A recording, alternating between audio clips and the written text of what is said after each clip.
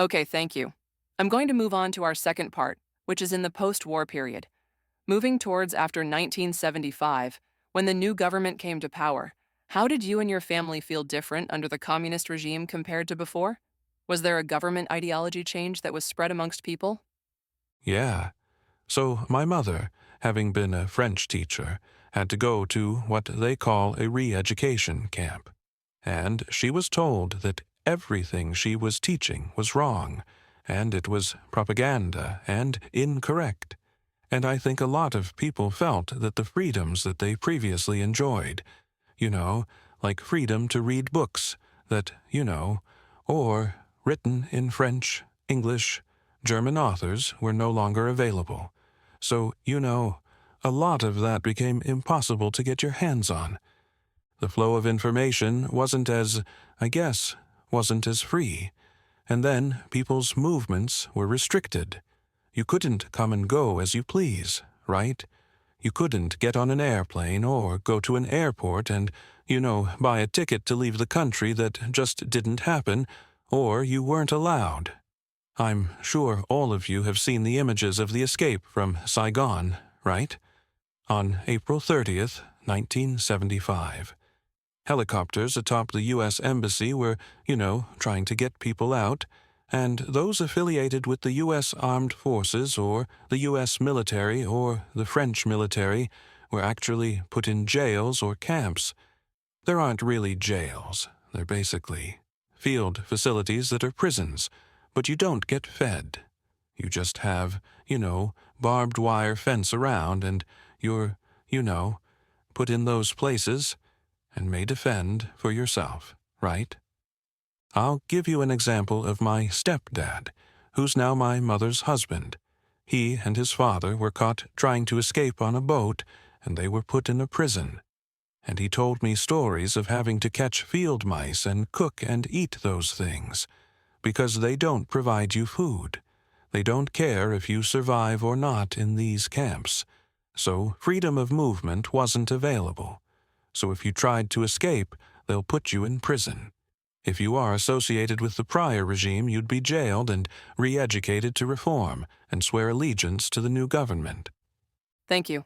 I want to touch on again the time when your mother was sent to the re-education camp. Was she away for that period? Did you see her much? What was that like for you while she was away? Well, I was raised quite a bit by my grandmother, my mother's mother, and my aunt, who is my mother's younger sister. So I guess because my mother had me when she was very young, she had me when she was 20, and she needed to resume her university studies to try to put her life back together. She left me in the care of my grandmother and my aunt to begin with, so that she could go to university. So I was, for the most part, in those early days, up until 1975 to 76, I was raised a lot by my grandmother and aunt. So, me missing my mother wasn't something that was impactful to me, because I was raised by my other maternal figures. Thanks. I want to move on to the years following the war. Your family decided to escape Vietnam. And what do you remember about the conditions or the events that led your family to make that decision? And was there maybe a specific incident or a growing feeling over time that convinced your family that it was no longer safe to stay? Yeah, I think as we watch what was happening between 1975 to 1979, when we ultimately left or escaped, you see the change in the regime, the change in the people's rights and freedoms, and access to information, and freedom of movement.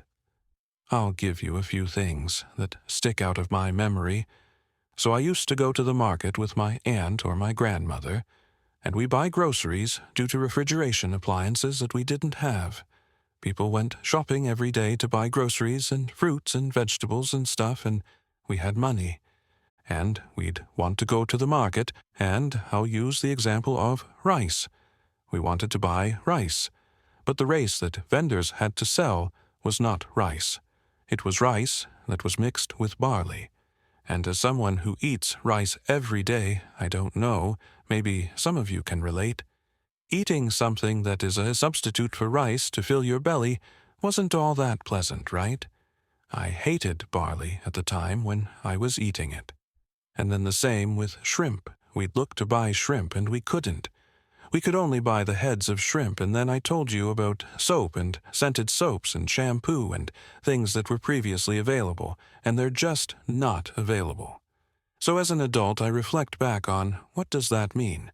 It just meant that there were embargoes against Vietnam by Western countries, and Vietnam needed hundreds of billions of dollars to fight wars that they didn't have money for, so they had to take help from Russia and from China in order to repay all these debts. They didn't have money to pay them back, so they paid them with exports. So rice, one of Vietnam's biggest exports, was being shipped to Russia and China to repay war debts. Same with fish and shrimp.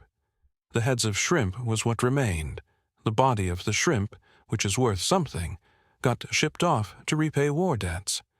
And also, when you see these things happening, and you see the restrictions, you start to worry that this is something that we can be imprisoned for, speaking out against, because your freedom of speech is not, available anymore.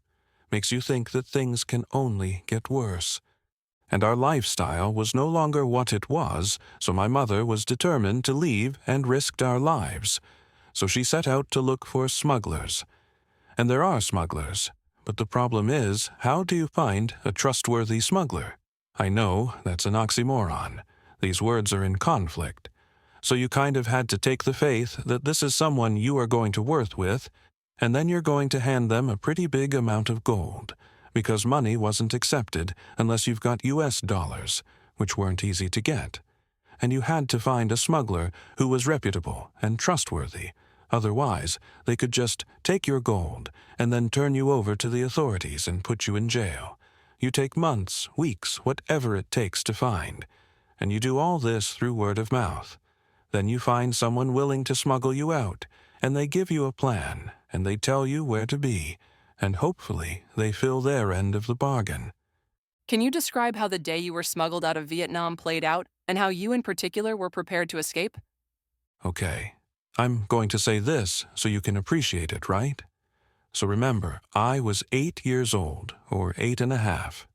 In 1979, my little brother was 6 years old, and we were told in the middle of the night, "Get up, let's go," by my mother. And my mother had her younger brother with her, and her boyfriend at the time. We were snuck out of the city to a seaside town called Rachkia. Remember, we're city folk. Think of us as city kids. We have no idea what camping and living in a jungle would mean. When we got to Rachkia, we were smuggled onto a canoe, and we were told to get down low and hide. The canoe proceeded to take us to an island called Hontrea. That island is basically an uninhabited jungle island with a big hill, and we were told not to light any fires, because smoke would draw attention and get authorities alerted. We were asked to wait until dark, and then at 8 p.m., come down the hill, wait on the shore, and if after an hour we didn't see a boat, we should go run back into the jungle and hide. For me, as an 8-year-old, I didn't have to go to school. I was like Jungle Boy, playing in the jungle, so I was fine. But my mother, you have to put yourself in her shoes, and I think she must have been dying inside, thinking, what have I done? What am I doing with my 2 young boys and risking our lives like this? I remember we didn't pack many supplies. We didn't know what to expect. Other families brought dehydrated rice to cook and eat. Some people even brought mosquito nets.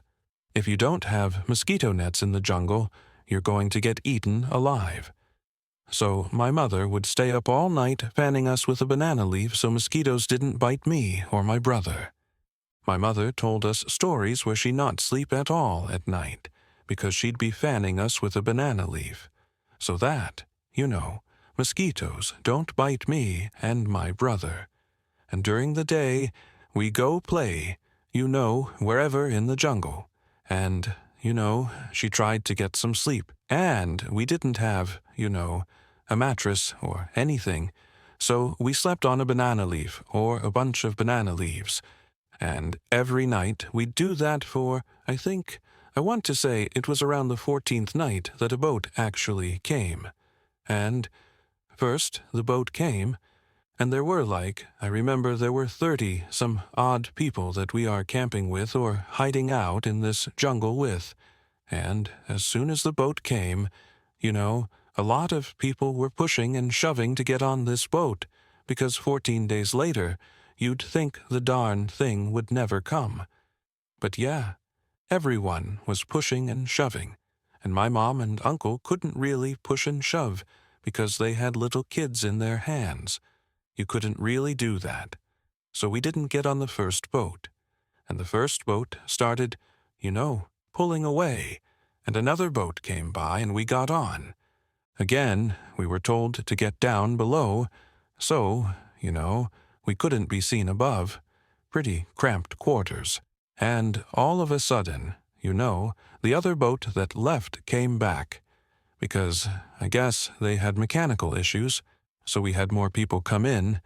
This small boat, maybe it was around 3 or 4 meters long, had 30 some odd people crammed into the deck below. Yeah. So, you asked, what was that like? So that's what that was like.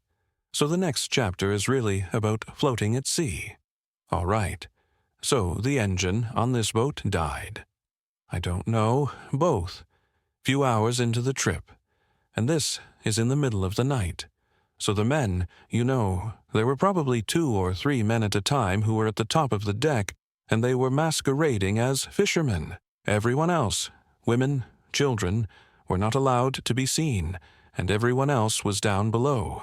Pretty rancid situation, There's urine, there's vomit, feces, whatever, is down there, and there's oil, and there's stuff like that. One of my fondest memories was once we were so far off of shore, because the current took us, pretty far out. Couldn't see land anymore. Occasionally, they'd let us stick our head out to breathe fresh air. That was one of the sweetest memories I have of that ordeal. But we floated at sea for, I want to say 3 days. No working motor, and someone put a blanket so that it would act as a sail, and the current took us northbound. At this point, we were a little worried we might end up, running ashore in Cambodia. We were hearing stories, and maybe there were rumors that, that there were cannibals, and, people who kill you in Cambodia. So we pray to God we didn't end up in Cambodia. But the seas turned rough on one day, and the waves started, getting pretty high. After, I think, the 3rd day, I remember my mom saying that they were praying for land, and land, even if it was Cambodia. And we're willing to, just be imprisoned or taken back to Vietnam. But thank God the seas didn't capsize our boat and didn't break our boat, and we spotted a boat, fishing boat, and it was small, about the same size as ours, and it came up to us and said, "Do you have any gold, any jewelry that you can give us?" And, the people who had any valuables gave it to them, and this boat threw us a rope and towed us for a few hours. They towed us in one direction. I can't remember which direction they were towing us, but then, around sunset, maybe around 5 or 6 p.m., they cut the rope and took off. We were mortified why that happened. But when we looked behind us, there was a much bigger boat, much bigger fishing boat with downriggers, another Thai boat. And they also came up and asked, "Do you have any gold or jewelry or binoculars, whatever of value?" And we told them that boat had taken everything. So this big boat had, mercy on us, and they led us on their boat. It was big enough that it could handle 30 people on their boat. And they showed mercy, and they fed us. They gave us fresh drinking water and actual drinkable water. And then they towed us to an island, and they told us to swim ashore, or a few men to swim ashore, and on that shore in this island there was a lady who had a telegraph. And she telegraphed for the local police to come, and they called the Navy. So the Thai Navy came. And the Thai Navy came a day later. And I remember this big monster Navy ship came and towed our boat behind us and took us to a refugee camp. The refugee camp is called Lam Sing. And there it was, a makeshift United Nations Commission of High Commission refugees created a refugee camp for Vietnamese boat people. And, it was very heartwarming that the international community created this refugee camp in Thailand for us to seek asylum. They fed us, I think they gave us enough rations for 1 meal a day at the refugee camp. We lived in a bamboo hut, and it's interesting. Vietnamese people make money off each other, right?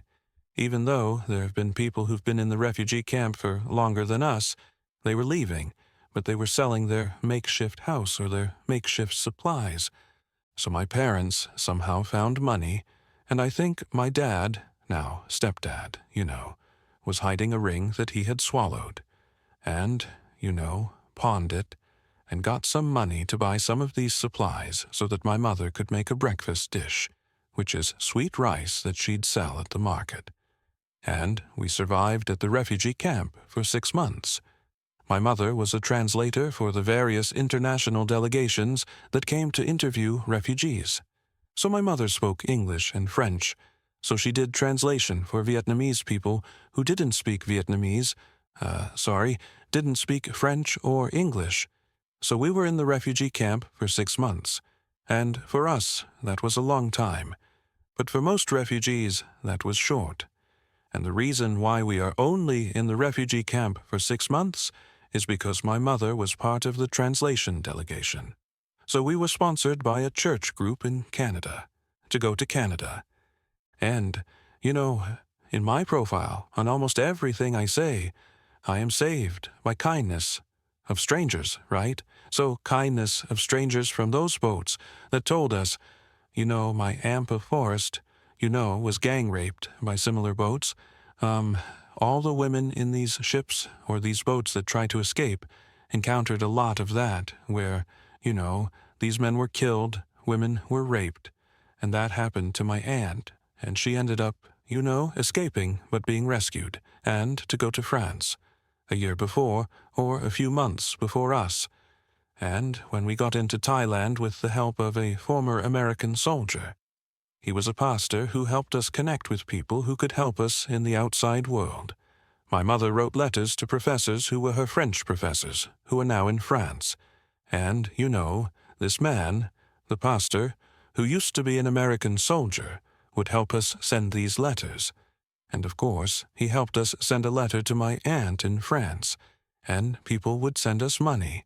And with the help of the money, we were able to buy some additional clothes, some supplies needed. So, yeah, a lot of strangers bestowed kindness on us to survive at sea and in the refugee camp.